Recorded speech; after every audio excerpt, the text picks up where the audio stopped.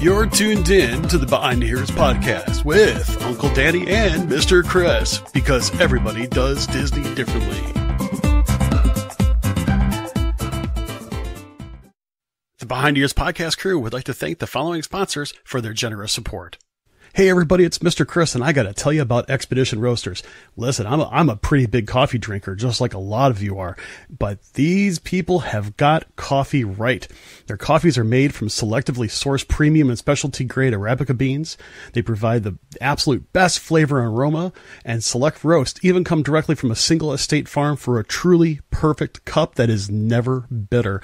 They've got awesome Disney-inspired flavors such as Roundhouse Roast, Route 66, Skipper's Brew, Dark Side Roast, Redhead Rum, and one of my favorites, Bobsledder's Brew.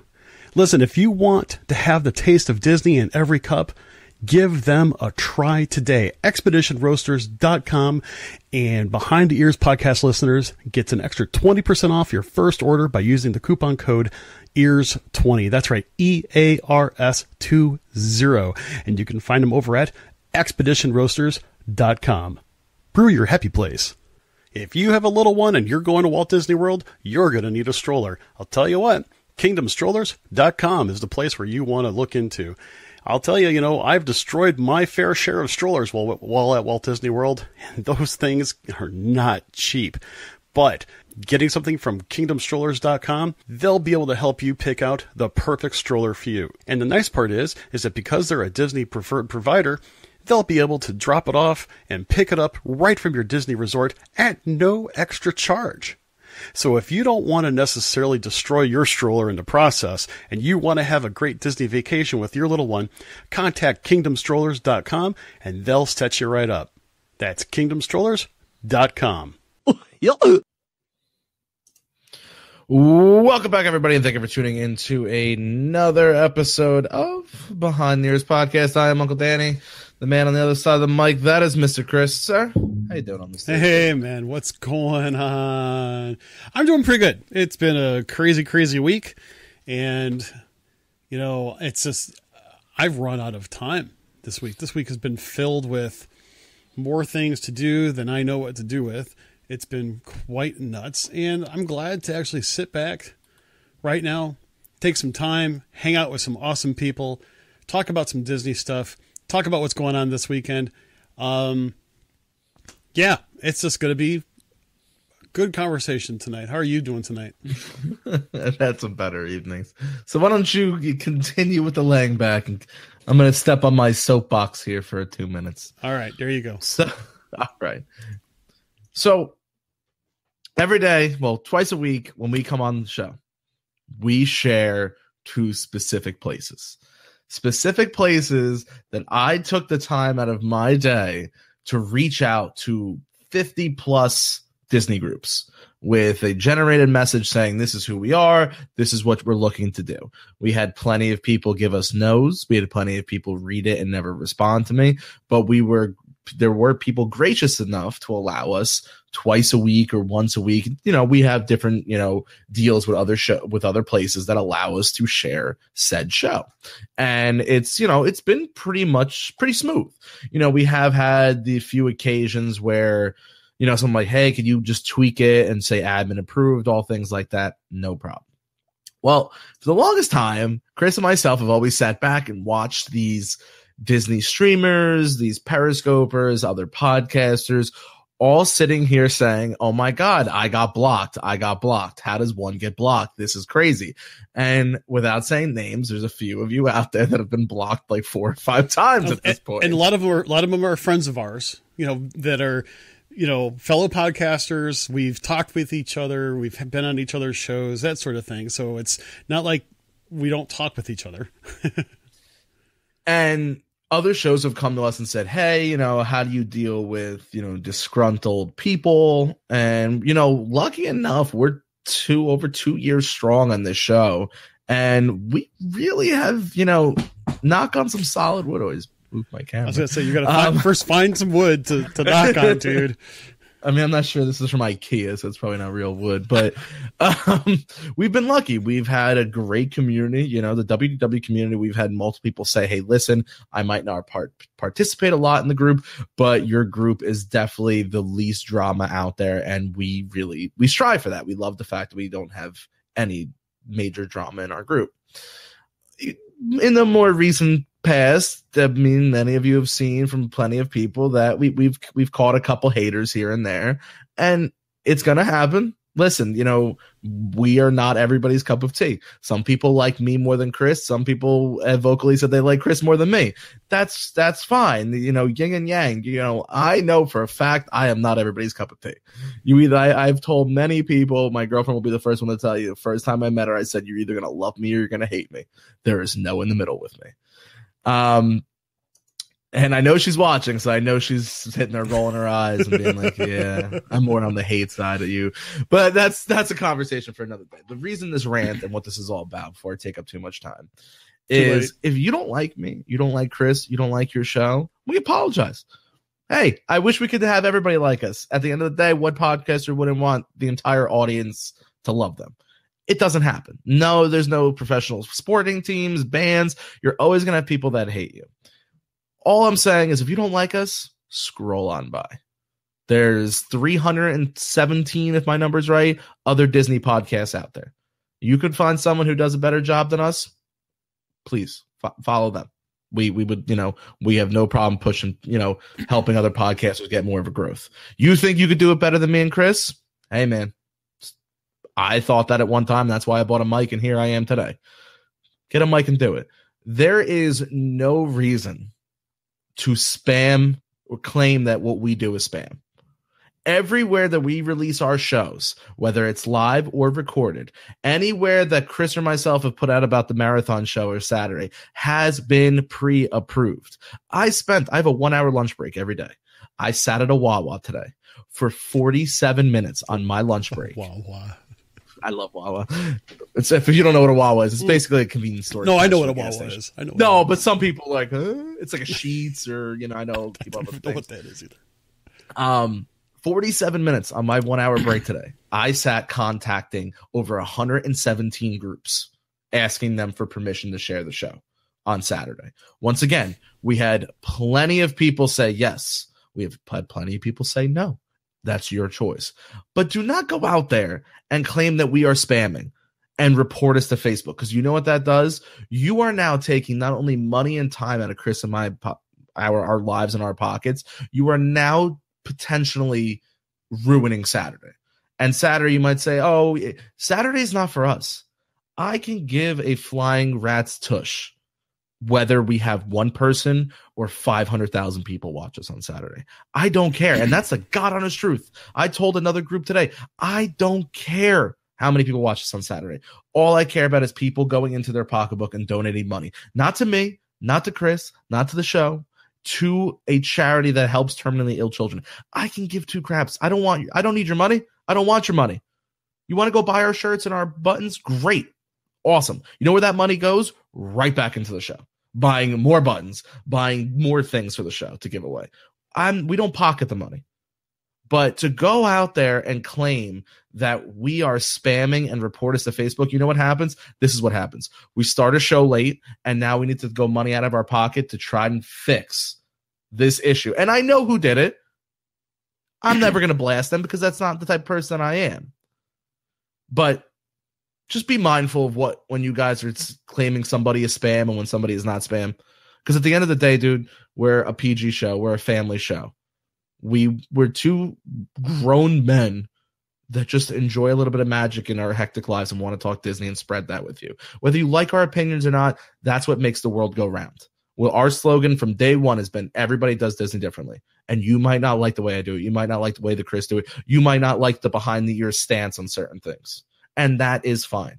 Either participate, don't participate, but don't ever sit here and say that we are spamming anything, because now you're just taking the opportunity to help raise money for kids, and you're taking it away from them, because now there's a slight delay in how we're going to do Saturday. And now I need to take time out of my Saturday to try and fight with Facebook to get this renewed and get me off of this blacklist. So rant over. Just please be mindful of it.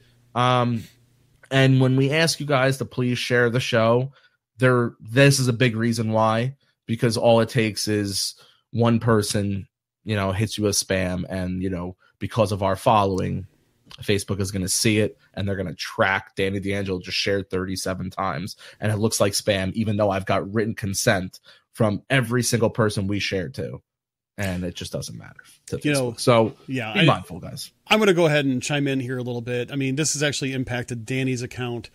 Danny can't technically go live right now, no matter how we try to do it. That's why we're using my account for this right now. You guys don't necessarily know a difference, but it's okay. So basically it's like, I really don't know. I don't really know what to say about this. And that's kind of a very difficult thing to believe, that I don't have something to really say, because I'm really at a loss for words. The thing of it is that, kind of like what Danny said, I want to reiterate this. We appreciate those that allow us to share on their sites. And we like to think that we have share for share agreements. We don't have a problem with them sharing on our site either. Just let everybody know. We follow the guidelines and rules. And you know what? Sometimes we've made a couple of mistakes by accident, and we've gone back and said, you know what? We're sorry. We goofed. We will not do that again. We apologize. And we've always been people of our word. We'll be the first people to say, if we screwed up, we screwed up. It's as simple as that. This is obviously the action of someone that decided to, give us crap. And, we don't necessarily take pride in the fact that we're kind of ranting a little bit. And we're sorry in a way that we are ranting a little bit, but we want to let people know what's going on. We've always been very transparent. We know that we have a very unique platform where we tend to be very interactive with those that join us here and now during our recording sessions. And, it's very un-Disney-like for us to even have to say this. And it's mainly because we're frustrated. And we also believe that the community that we help run on Facebook, the WDW community,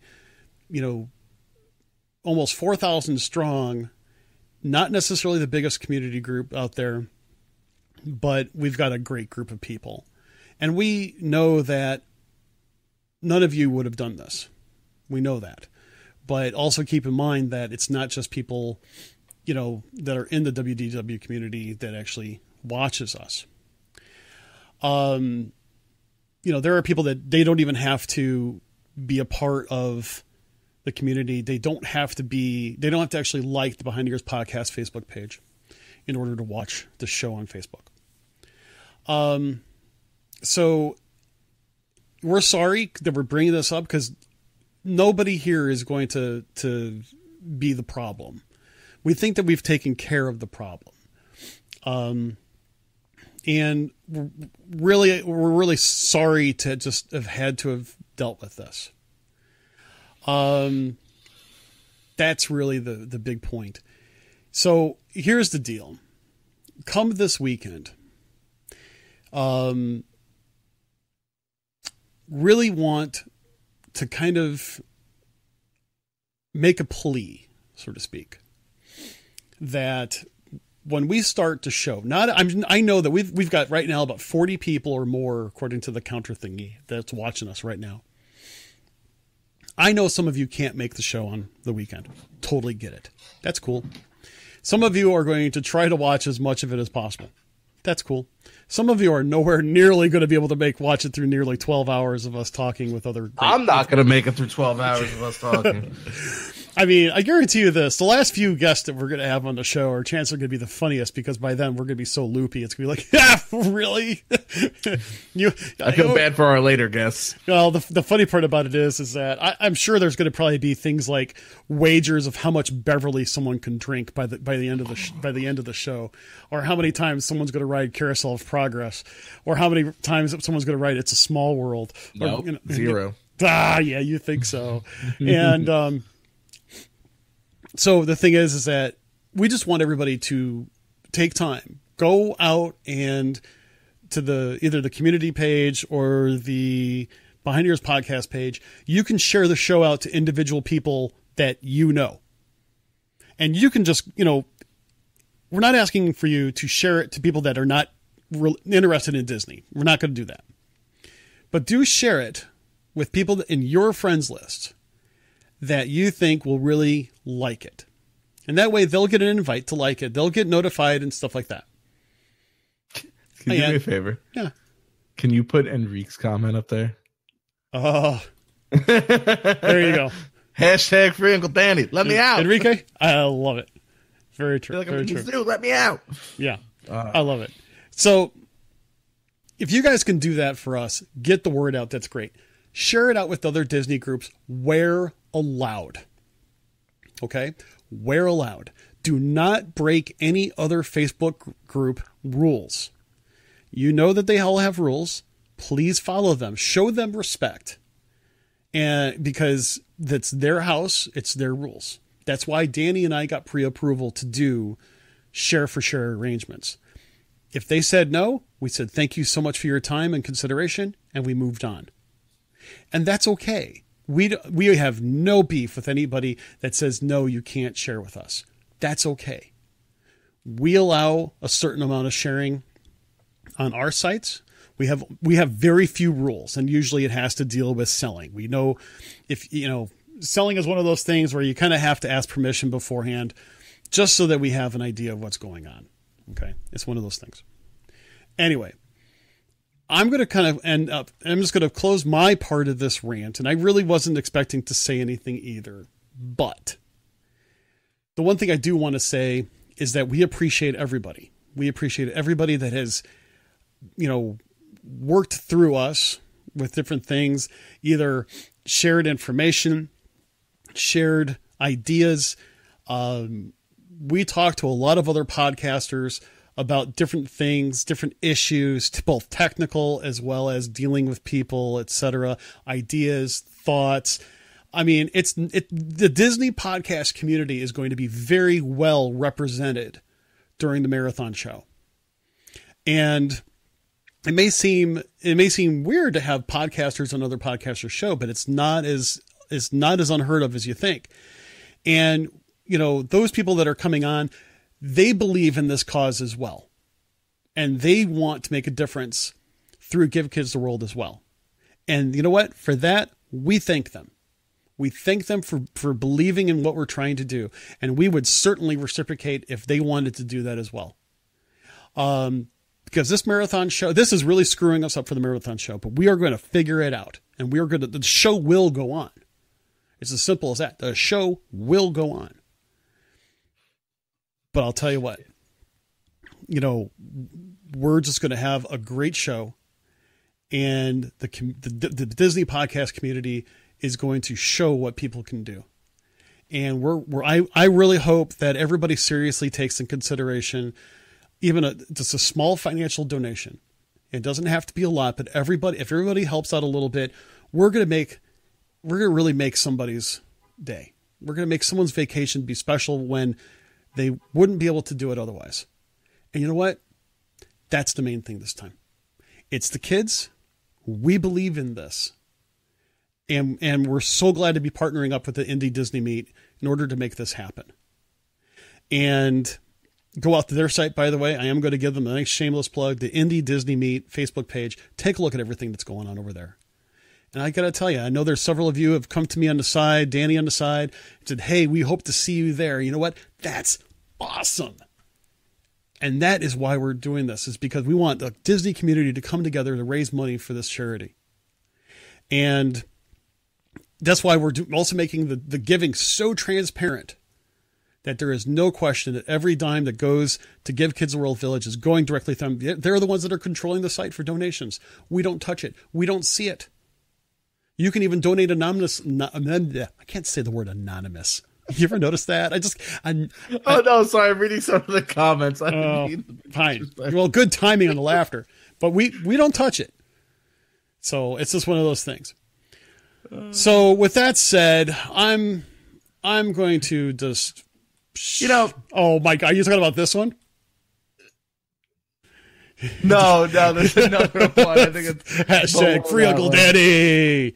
Right now I can go for a nice glass of wine, and too bad I'm not in Disney, because in 2 days the Wine Bar George will finally open its doors May 19th. You see this? No, which one? The Wine Bar George, or George Wine Bar, I guess. But no, I think it is Wine Bar George. Wine Bar George.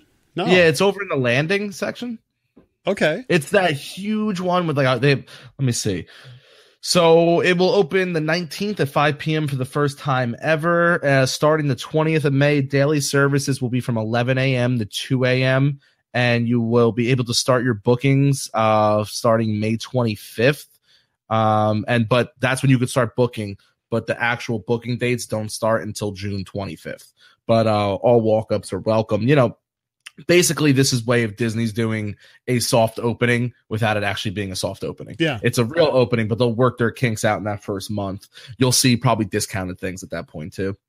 Also opening on May 19th, which is Saturday. Absolutely. No, Sunday. No, May 19th is Saturday, dude. Yeah. Whoops. Is the basket at the Wine Bar George. It's a new quick service window, and it's going to offer all European style foods like sandwiches, cheese, olives, hummus, cookies, wine. Wine on tap. Can you really go wrong by that? Let's see. The Wine Bar George is on the Disney dining plan as a table service meal, and the basket and Wine Bar George as a quick service meal.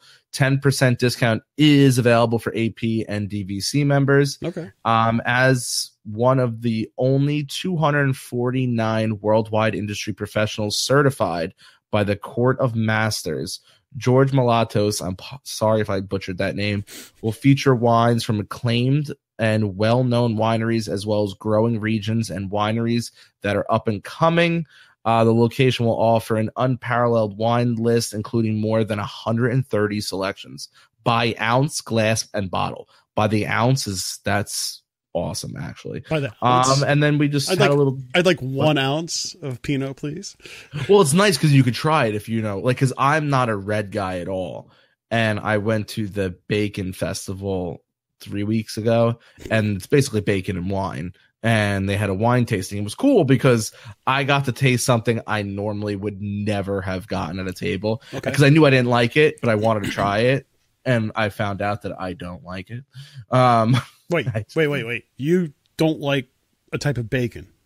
No, wine. Oh, you said wine. Never mind. You talked about bacon, and then you're talking about wine, and I'm never mind. It's like, what kind of wine goes well with a good Oscar Mayer thick cut bacon? I mean, I don't know. We do have a quote here. It says the wine list will feature more than 130 wines, all served by the ounce glass or bottle. The list will include more than 40 varieties from regions around the world. We will use the Corvain, the Vifinity system, and wine on tap to ensure each wine is enjoyed to its fullest extent. Cool. Servers will be able to pair a range of small plates, cheeses, and shareable entrees and a dessert with each wine. If you're looking for an awesome $9 glass on tap or a few ounces of something even wilder, they will have every wine for you to enjoy. So that's kind of what Aaron was mentioning, that most of the food there will be tapas style, which is small plates. Mm-hmm. That's actually really cool because you get a whole bunch of different things and you share. Yeah. I mean, that's kind of fun. And I know that seems to be the big style these days, is just to be able to share things out and try different things. It's interesting because, I know we talk about Disney food a lot and Disney dining type of experiences a lot, but the whole idea of getting a whole bunch of things, everybody grabbing a fork and going at it. That's like really cool. I mean, like when we did that over at Slooey Canteen, and, I'll have the right side of the menu, please. And then all of a sudden it's like, everybody's watching us carry all this food to the table. And there's 5 of us, and we just each grab a fork and then try this out. We all said, I like this. And like my son would say, I like this, but I like this better. And then we all just tried different things. It was just a lot of fun. And I think that's what is really cool about the whole tapas. style. Tapas? Yeah. Tapas? Speaking of food, and I'll be the first to admit I was wrong. That space restaurant that they're building, a space-themed restaurant over in Epcot? Yes. Well, when we originally broke that, well, let me rephrase that. When it broke at D23 and then we broke it on our show, I had thought that it was going to be over in the Wonders Pavilion at Epcot. We both thought that. We both thought that idea. We were kind of anticipating it. Hey, so it didn't work out, but it was fun talking about it, Yeah. But so they finally did, the argument of where it's going to be, right. And the discussion has finally been put to rest. Sure. It is going to be built on the newly developed area between Mission Space and Test Track. And I know a lot of people were saying, when is it going to open? Is it going to be soon? There's been no date. Everybody outside of Disney itself, because Disney will never give you that far out usually when it comes to something on the smaller scale like a restaurant, especially since they everybody's projecting it 2020. But they're all saying, I'm sorry, I was gonna say, especially since they haven't broken ground on it. Yeah, but they are saying it should be opening just ahead of Guardians of the Galaxy, so that is a nice little segue in the idea of, well, when is Guardians of the Galaxy going to open? Because we've seen, they're past the hype balloons. They're working on Guardians of the Galaxy roller coaster. Right. So you're sitting there saying, well, when is this going to open? When is this going to open?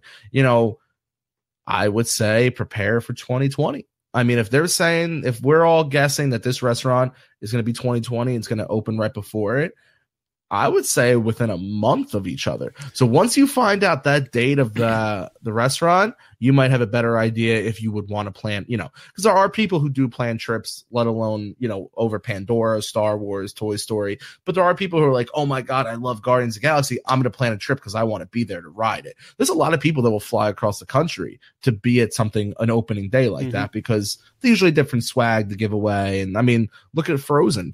I know people who literally went to Disney just for that ride to wait in that 7-hour ordeal. So if you're one of those people, God bless you. But I was there. I was there during the Frozen. I stayed far away from it, man. Far away. I will say this: our friend Aaron mentions that he hears that it's 2021, which it's still very feasible, that whole time frame. So appreciate Aaron for that. The interesting part, and actually Christine actually brings up a great question. I wonder why the space restaurant is at Epcot and not Hollywood Studios. Actually, that is actually a good question. And while my answer is only speculation, if you're going to have a Guardians of the Galaxy ride, you've got Mission Space there, which, hey, I'm going to throw out a prediction. I have a feeling that they are going to do something with Mission Space to change it a little bit. Like an overlay? Not necessarily an overlay, but I'm talking about, how, not really, I don't think this is a spoiler alert because everybody knows Mission Space by now. But I think they may have a different type of mission that, may be a refresh, type of thing. Just because by then it really would need a storyline refresh. Very much like how, Star Wars got, Star Tours got a refresh of different things, and they've kind of brought in technology where they can update it really, really, really, really super duper easy. It's one of those cases. And also with the Wonders of Life Pavilion, we know that they're working on in there, and they're working on stuff in there. And so we don't really know exactly what's going to be going on, but we know that they're working on stuff there.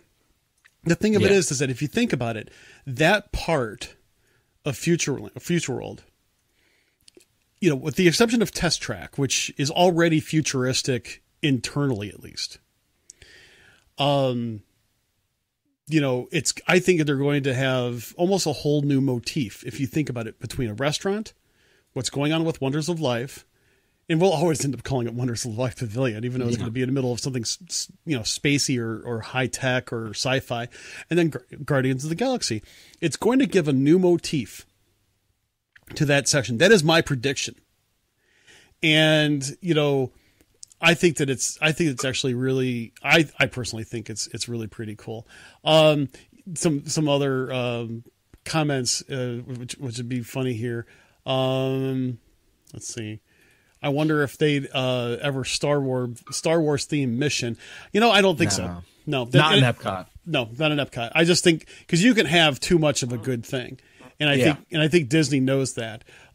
Jessica actually makes the funny comment: Mission to Space will make you throw up what you eat at the restaurant. Yeah, that's just bad timing, folks. It's as simple as that. Especially because this restaurant's supposed to spin. Yeah. Originally, it was supposed to rotate. Whether they change, and I don't mean like out of control, Himalaya spin. No, it's gonna be it's gonna be more like Garden Grill spin. Garden Grill spin. But you know what? If you're eating dinner and you stare at the floor to watch it move, it will throw you off a little. I'm telling you, I did it. It was not a good time. Oh my gosh. And Stan also mentions they just updated Mission Space and you can see Spaceship Earth getting an upgrade. Yeah, I know they just updated Mission Space, but in a couple more years it can really do another type of update. And that's kind of what I was getting at. I mean, the actual ride itself will probably not be updated, but what about the film? What about the music? There are some things that they could play with that a little bit. Kevin was kind of joking around saying Test Track looks too much like Tron, which I brought it up the other day. I think that they should actually bring up another Tron movie, especially since they're bringing the Tron coaster over at Tomorrowland for Future Kingdom. It's just one of those things. I want to give a shout out to my friend Mia. Sup, Mia? What's going on? And so I want to backtrack. What's that? Backtrack on the I know Aaron had mentioned he had heard Gardens 2021, right? Which can make sense because they don't say when in 2020. I mean, literally, it can open up January December 28th. Yeah. I mean, and then Guardians of the Galaxy could open up January 1st. So yeah, there is always that overlay where it could be a couple days apart or a month apart and it'd be a completely separate year. Yeah. Going back to also the comment about, I think it does fit well. The only other place I would have said would maybe have been throw this restaurant in Future World inside Magic Kingdom. And I'm a big proponent of putting more restaurants in Magic Kingdom because I don't feel that there's enough good eateries inside of Magic Kingdom, if you ask my opinion. Well, they don't have too many good sit down places. They don't have any good table service places. I mean, you have Crystal Palace, which is a buffet character meal. You've got the Plaza, which I actually think is I really like the Plaza. It's really good. And you have Tony's. You have I guess you can, since they're going to be charging table service credits for Be Our Guest for dinner, I guess you're going to have to call that table service now. Yeah. And right now people still have a love it, hate it relationship with it. Some people love it. Some people hate it. It doesn't seem like there's a lot of middle ground with it, to be honest with you. And so I could understand your point to it. I don't know where they would put something like that, but I hear you. So I know we talked about it last show. We briefly touched on it, but it just seems that the Diamond Horseshoe, yeah. Did you, not to interrupt you, I know where you were going with it, but did you see some of the stuff that they were putting out there for that spread? I have not seen the new dishes that she speaks of. Oh my gosh. I was drooling when it was kind of funny. My wife and I sit down with, she drinks her Diet Pepsi. I drink a cup of Expedition Roasters flavor of the day for me. And, we'll watch some news and stuff like that, but we'll also be flipping through Facebook. And I was like looking through some of the stuff that they are, brought to the table, so to speak. And I'm like, oh, wow. Yeah. So it was like, I know when we walked by it last trip in February, when it was me, Alex, Jess, and Nick, and I'll forget, I was like, what is that smell? It's delicious. I had to go in there and I was like, can I take pictures? And I really just wanted to see what people were eating. And I was like, they spruce it up in here. They got a little gem in here. I mean, it needs a little updating. It is a little bit old, but at the same time, that's kind of the theme it's supposed to be. So it's kind of, interesting. Be Our Guest. Is it a real table? It's not a real table service. It's in the middle. Well, the thing is, once they start doing the actual taking table service credits for it, they're going to have to do something different. It's not, that's the thing. I mean, obviously, if it's going to be counter service for one, table service for another, they're going to, table service is a table service. You're going to be expecting to actually be served table service style. It's as simple. Yeah. I mean, it's as simple as that. So where I was going to go with it was, since we were on the topic of food, like we always are, you know, it seems that the internet, people are always looking for a reason to complain, and not saying that your argument is not valid and you don't host a real thought. And I understand where you're coming from. I just personally disagree with you, but I know, Chris, you were kind of in the middle. I was one side, and then we have people on the other side. But people are really going off the deep end, in my opinion, with this allowing alcohol inside of Magic Kingdom. Like, some people are like, oh my God, it has ruined Magic Kingdom. Disney was designed for children and this should not be allowed. And you see the people, I enjoy my own beer at home, but when I'm in Magic Kingdom, I want no part of it. And it's like, but you've never once voiced an opinion about any other park. Disney Springs, nothing. You don't even talk about wine and food festival, but you have a problem about a sit-down restaurant. You can have a glass of wine or a beer at dinner. You know, the funny part is that, you know, we talked about this a bit on Tuesday's show, and I still can't believe the amount of, you know, gnashing of teeth this has caused. I just couldn't get it. I couldn't understand it. But there's also a lot of people that are making this really interesting speculations about what it's going to do to the Magic Kingdom. I don't necessarily agree. I don't think that Magic Kingdom is going to become the kingdom of drunkenness. You know, I mean, no. It's not. And so you and I do agree on this. I don't know if you thought I disagreed with you. No. You were comfortable with where they were at. That's why I said you kind of held the middle ground. You were saying it's not a bad thing. I was on the other end saying we want beer carts. Well, yeah, no. I get it. It's just slightly luge. It was beer luge, but it was a slightly different perspective over something that, you know, it's not worth arguing over. And so the fact of the matter is that I see it that if they're going to serve adult beverages at restaurants, I still don't think you're going to find somebody that's going to order 4 or 5 alcoholic beverages at Tony's. And, you know, first off, you'd start doing that, it's going to cost more than your meal. Yeah. You know, it's not going to be included in the dining plan. Well, I got to be careful how I say that, because the dining plan now includes some of that. Which, if you think about it, that's like we didn't talk about. The fact of the matter is that, you know, because there are some now alcoholic beverages that are allowed on the dining plan, this may be one of those things where it kind of ties into Magic Kingdom was the only place outside of Be Our Guest where you couldn't take advantage of that feature within the dining plan. Yeah. So that may be a part of it, but still, it may be included in the dining plan. It's only one. So I just don't necessarily see it to be a problem. And, you know, the whole idea that, you know, the park is for kids.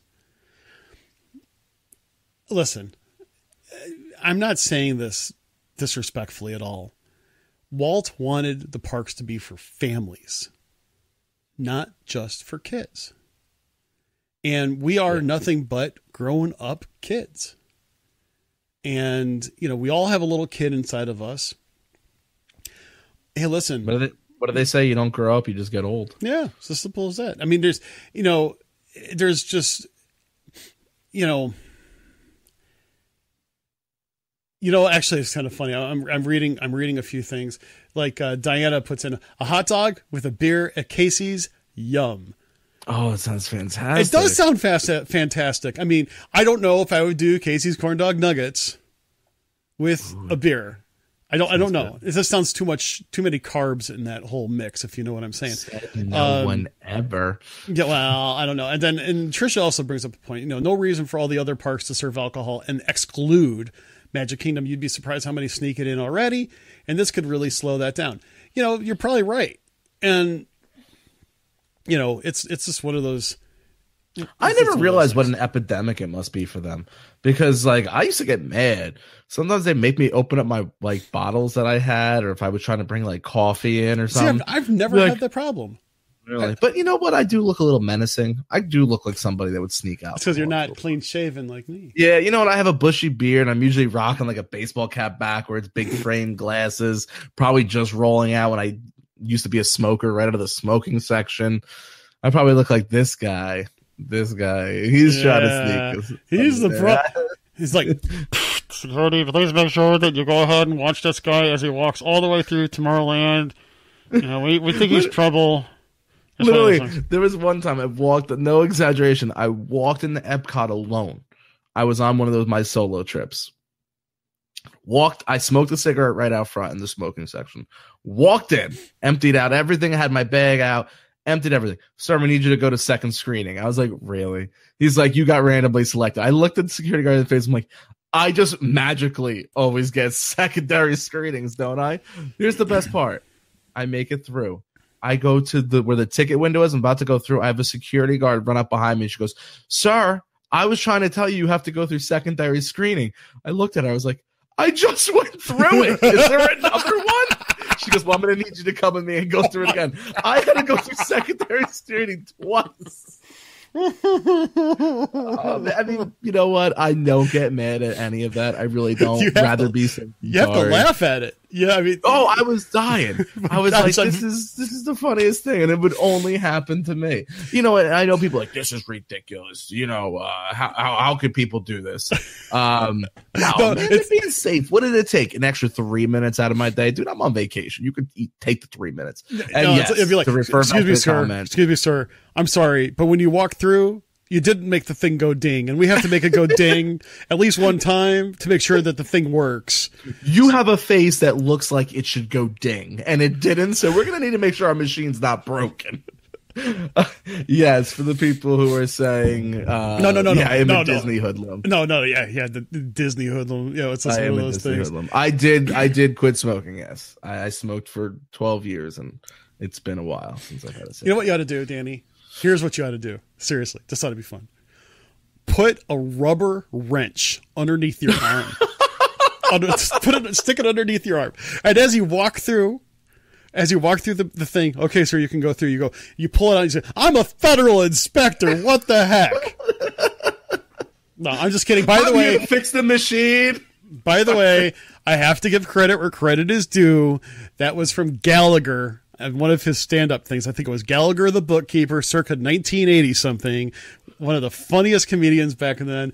Except he used profanity. Obviously, I cleaned it up. Great comedy routine. Check him out.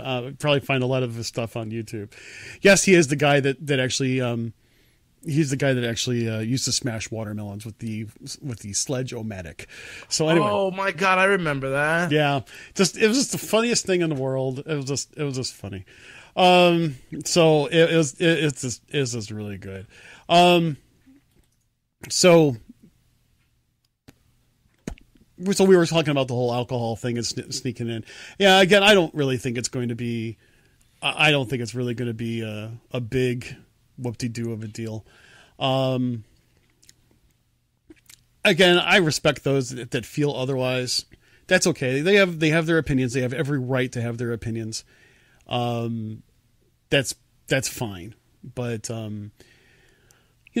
besides, those drinks are so darn expensive. Let's face it. I mean, if you're spending $10 to $12 on a glass of wine. Okay. I gotta tell you this funny story. This is a true story. Speaking of alcohol. Okay. So, are you still there by chance? Yeah, you can. Okay, you were so still. I thought you froze for a second. Okay, so here's the funny part. My mother-in-law was with my sister-in-law and brother-in-law, Kathy's sister and her husband, and they went to California Grill one time. And so what? What are you talking about? One time? Yeah, funny. You're funny.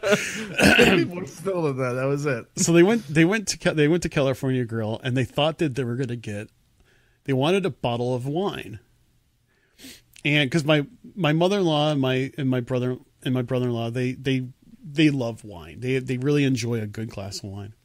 So they got the wine. They drank this bottle of wine between the two of them. It was a small bottle. And he got the bill, and it said that the wine was like $350 for the bottle of wine. And they said, I thought it was like, $22 for this bottle of wine. No, sir. That was $22 a glass. Woo! So all of a sudden it's like they had to pay for it. They drank it. It was like, oops. So yeah, alcohol is very expensive. So it's, well, heck, I had a blackberry lemonade. It was so fresh and delicious. That can't be more than $20. No, it was 14. It was 14 for, and that was so good. But that was a treat for me. Was it like a little hippie, like mason jar, like everybody's doing there? No. It was at the Cali Grill. Okay. So I got myself a nice cocktail after dinner before the fireworks. Okay. And I had the bartender go, please just make me something special, something that maybe off menu. Just, I'm in your hands. Just, I'd love something nice and fresh. He goes, I got you. He goes, I got you covered. And he made this wonderful cocktail for me, and it was absolutely fabulous. So it's just one of those things where, I only have one, maybe two drinks a year. They're both while on property at Walt Disney World. I've got some kind of bottle of something in my fridge that's been sitting in there for a year and a half. So let me ask you this. Yeah. Before we wrap this up, can you remember one time where maybe it doesn't have to be Disney, you were on vacation. Sure. And you just were in one of those moods, you're like, order whatever you want. You're with your wife, whatever the case is. And you didn't really look at the menu when you were ordering. And have you ever gotten the bill and you're like, wait, what? And then you look down and there's that one item that was astronomically overpriced and you didn't realize it. And you either ate it or drank it, and you had to suck it up and deal with it. But was there ever something did that ever happen to you? And what was the price and what was the item, if you remember? While you're thinking, or unless you know it off. No, okay. I went to dinner. No, I went to lunch with two of my friends, two of my coworkers. And we went to the Weber Grill restaurant downtown Chicago. If you've ever been to the Weber Grill restaurant, they cook all the food, everything, vegetables and everything on these big, gigantic, custom-made Weber gas Weber grills. It's a sight to be seen. I mean, dude, these things are huge. And we didn't even think about things. I mean, this was one of those cases where they've been there before. They're like, Chris, we're going to take you out. I'm like, okay, fine, cool.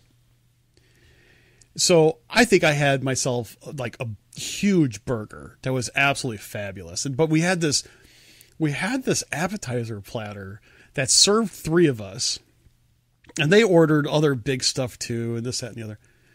The bill for the three of us for lunch came out to like $165 for lunch. And I look at this and I'm like, holy crap, Batman, what in the world? And so like, I figured out the appetizer platter itself was like $57. That was like, I know it was absolutely fabulous. I still love to go to the Weber Grill restaurant. The funny part is that I'm not talking about this time with my friends, but now I try to go either A, when I'm on an expense account, or B, somebody else is buying on their expense account. I don't, it's just one of those things. I was out at the Yachtsman, and I got the 22-day age steak. Oh gosh, yeah. It technically feeds two on two people. I got it. Don't worry about it. That was reasonably priced. It wasn't bad. It was like 90 some odd dollars. Solid for, two pieces of technically two pieces of meat. Yeah. So I was in a bourbon phase. No, a whiskey phase, excuse me. I was in a Uh-oh. whiskey phase at this time in my life. Uh-oh. And I was like, I asked the waiter, I'm like, what do you got? So he gives me the list. I'm like, you know what? I can't decide. He goes, well, I can recommend some. I go, just bring me a glass. He goes, all right, well, what's your price range? I said, no price range. Just bring me a glass. Oh, no. Not realizing that whiskey can get that expensive. So I get this drink and I drink it. Dinner's good. I'm like, oh, it was good. He goes, how'd you like the whiskey? I was like, I was good. I was like, almost going to ask you for a second. He goes, no. And he hands me the bill. He goes, I'm glad you didn't. And I was like, why? He goes, well, you told me there was no price tag on it, right? And I said, yeah.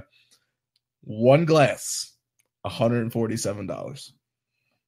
I literally almost fell over. I was like, excuse me?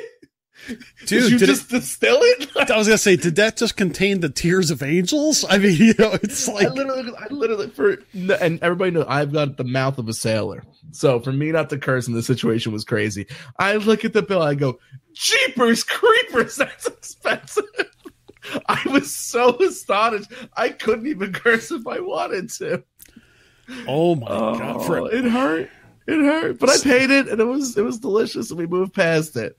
We do have one question. I was gonna bring that up. Perfect. And let me see if I can find it here, really super duper quick. It was Jill. Is it Jill? It was Jill. I was looking at someone else's name. So Jill, we're gonna answer your question here. Jill is actually asking, "Hey, need to choose between the Grand Floridian or the Poly for August. Any help deciding?" I know where Danny's. I know. Gosh, now I know why you do this. I know what Danny's going to say. So I'll let you start, bro. Hands down, go to the Poly. Come on, the Grand Floridian's so hoity-toity. You got to put your pinkies up. It's August. You're going to be hot. You're going to want to be in the pool. You can't walk to the Grand Floridian in a bathing suit. People are going to look at you funny. I promise. Been there. No, Grand Floridian's great. You can't go wrong with it. It's a wonderful resort. But if you're asking me personally, I'm a Poly fan. I'm a big fan of Ohana. They've got Tonga Toast there. They've got a Dole Whip machine. They've got, not Captain Jack's, Trader Sam's downstairs. I think they have one of the better actual stores inside the resort. Mm-hmm. I actually was a big fan of that. At night, you can watch the fireworks from Magic Kingdom from the beach. They pipe it all in. There's tiki torches everywhere. You can also rent boats there. Now, I know a lot of these things go hand in hand with Grand Floridian since they're right next to each other, and you can, basically they coincide with each other. But Poly is just, to me, it's much more laid back, much more relaxed. I just personally like the decor better. I think the food options are better. So I'm gonna go Poly on that one, Joe. Now, Jill, I normally would probably be thinking the same thing as Danny, because I always thought that the Grand Floridian was very stuffy. Okay. Because it has that ambiance of, being very rich and very opulent. There's not a trip goes by that I don't walk through the lobby of the Grand Floridian and not see a bride, all in her dress, her train, looking beautiful. And here I am with my Mickey hat and stuff like that. But I got to tell you something. I spent a couple nights at the Grand Floridian this past summer. As a DVC member, we stayed over at the DVC portion of it. And while, I do admit that I think the DVC portion is actually, I personally think, a lot more relaxed. Okay. Because you have your own check-in there, you have your own parking there, and it's much more small. It's much more quaint. Yeah. It's very intimate. It's almost like a very personalized experience. But we did spend some time around the resort, and I really, really enjoyed it, being that I was now a guest at that resort. And I really, I kind of had a different way of looking at it, because unless you're staying in the actual main building, which my understanding is like mainly suites and concierge and so on and so forth. It's very, very expensive to stay in that main building. You're going to be in one of the outbuildings, and that's okay too. And it has a really nice pool. I think the quick serve restaurant that they have there is really good, and they don't have just burgers and stuff like that. I had a sandwich. I can't remember what kind, but it was a good fish sandwich that had this fresh coleslaw on top of it. It was absolutely delicious. And they've got a lot of things to do, a lot of restaurants, a lot of shopping, a lot of high-end shopping. And the pool the main pool is just really nice. I personally think that you wouldn't be able to go wrong with the Grand Floridian either. I don't think you're going to go wrong with either one if you want to know the truth. Kind of is going to depend a little bit on your price range. And thank you, Mary, the Gasparilla girl. I could not think of it right then and there. I really, really appreciate that. I don't think you can go wrong either way. Both resorts can feel a little spread out. I think, but here's also the nice part. Did you know that you can walk between the Grand Floridian and the Polynesian? Yes. Beautiful walk too. It's a beautiful walk. You kind of follow a path and you go past, if you're at the Grand Floridian main buildings, you go past the DVC part, you walk, alongside of the lagoon, you actually go past the Luau Cove, and then you come in through that one side of the building. And it's actually, it's really a nice walk. So if you're wanting to say, go get, breakfast at Ohana or Kona Cafe for Tonga Toast, or go to Captain Cook's for Tonga Toast, or some of their other great food. Or if you're at the other one, you want to go to Gasparilla's, or you're going to go to 1900 Park Fair, or you're going to go to the Grand Floridian Cafe, or even, if you're really going hoity-toity, going to Victoria and Albert's. Victoria and Albert's, by the way, is the one restaurant my wife really does not have any inclination of going to. I want to go. I do too. So, Danny, would you like to go to the? I would love to. I just think that'd be so cool. I mean, we ought to do that one time if we ever meet up down there again. We ought to do that, and that would just be hilarious. I think that'd be great, dude. We could almost reenact the scene from the Blues Brothers when they go to the Chez Paul. You probably you know what I'm talking about. Yeah. Yes. I'll have 5 shrimp cocktails and some bread for my brother. No, I'm just kidding. But I just think that, hold on, I got to say this. No, Timothy, it's not a date. Thank you so much. Mandate. Yeah, we're going to have beers and steak and other hoity-toity stuff. Anyway, but I just think that either one is going to be good. Do me a favor, though. If you decide that you want to go, whichever one you decide on, make it an idea for a future trip to try the other, so you can have a really good understanding. I think that everybody should try all three monorail resorts, just because I just think they're all worth it. You have to have that experience, and they're all different experiences. The Contemporary, I think, is a much different experience than the Poly. I think the Grand Floridian is a much more different experience altogether. Yeah. So give it a try. Absolutely. I see. So let me just take a quick thing here. I don't think we have any additional questions before we go. So, Danny, any other words before we start taking it out? No, take us away. All right. You heard the show, and we hope you want more. Well, feel free to join us over at our social media platforms. Instagram and our Facebook page can be found at Behind the Ears Podcast. Our webpage is behindtheearspodcast.net, and our email is behindtheearspodcast@gmail.com. And our Twitter handle is @BehindTheEarsPC. And come and join the conversation about all things Disney over at the WDW community page. Don't forget to rate and review the show over at iTunes or Apple Podcasts, as it really helps us get the word out about the show. Also, don't forget to subscribe to the show on iTunes or Apple Podcasts or the Podbean app. Also, you can listen to us on Stitcher Radio, iHeartRadio, TuneIn Radio, and via Alexa and Google Home.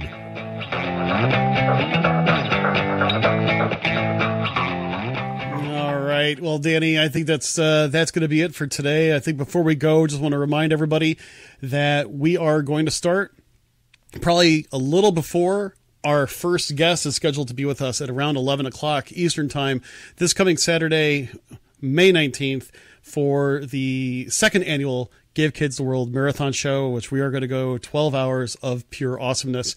We'll probably go online a little bit early just to kind of test things out, making sure that everything is good and groovy. Bear with us if we have any technical difficulties. We actually have our admin team in the background that will be feeding us information about how things are going, so you can just enjoy the show. If you go out to the WD community page or the Behind the Ears podcast Facebook page, you will see the pin posts, which include the event page itself. In there, you will see links to the Give Kids the World page that was created for us in order to give donations directly to Give Kids the World, and you can actually do that now. And as well as link to our shirts that we specially designed just for this particular marathon show, and all proceeds will go directly to Give Kids the World. So I think that's just going to be really cool. Danny, I don't know about you, but I'm really looking forward to it. We still have a few things that we're tying up. We're going to be pushing out a lot of information over the next 24 hours, and we hope to see everybody there. Yeah. Like Trish always says, please join us over at the WDW community page, and, have a wonderful Friday. I'm not going to say have a wonderful weekend, because I expect you all there. If you don't, shame on you. No, if you can't make it, or you can only make part of it, please, just come when you can. Pop in when you can. Biggest thing is help share this out. Once again, it's not about numbers. It's not about who come watches us, and it's not a contest to see who comes the longest. It's just strictly about, raising money for a fantastic organization. You are going to really want to be a part of it as much as you can, and, check in, throughout the day, because we are doing a lot of giveaways, from, smaller buttons and things like that to our big ticket item. Once again, we are not taking any of this money. We do not handle any of this money.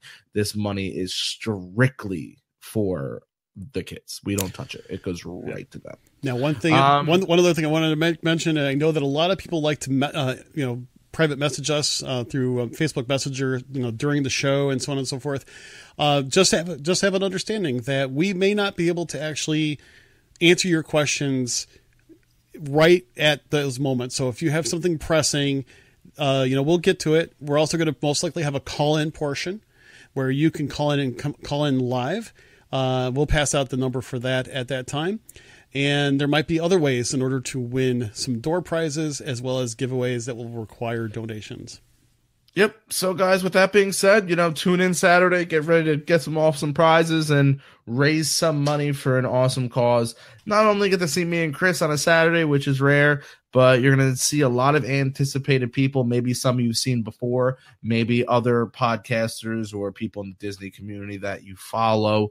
And big one, you get to see Expedition Roasters. We're talk some coffee, and there's going to be a lot of coffee to be consumed.